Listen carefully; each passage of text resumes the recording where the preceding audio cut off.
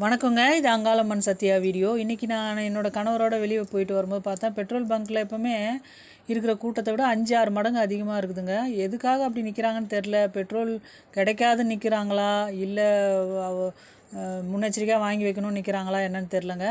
ஆனால் நான் என்ன சொல்ல வரேன்னாங்க, சென்னை வாசிகள் நம்ம என்ன பண்ணணும், காய்கறிகள்லாம் டிரான்ஸ்போர்ட் வசதி பெரும்பாலும் பெட்ரோலை நம்பி தான். அப்படி இருக்கும்பொழுது காய்கறிகள்லாம் நம்மளுக்கு வெளியேருந்து தான் வந்தாகணும். அது மாதிரி சென்னை போன்ற சிட்டிகளில் வாழும் மக்கள் என்ன பண்ணுங்கள், காய்கறிகள் பழங்கள் எது வேணுமோ அதெல்லாம் நீங்கள் முன்னெச்சரிக்கையாக வாங்கி நிறைய வச்சுக்கோங்க. சிலிண்டர் புக் பண்ணி வாங்கி வச்சுக்கோங்க. எதுக்காக நான் உங்களை பீதி அடைய வைக்கணுன்றதுக்காக இந்த வீடியோ போடலைங்க. ஒரு முன்னெச்சரிக்கை நடவடிக்கையாக குழந்தைங்க வச்சுருக்கோங்க, காய்கறிலாம் கொஞ்சம் முன்னாடி வாங்கி வச்சுக்கோங்க.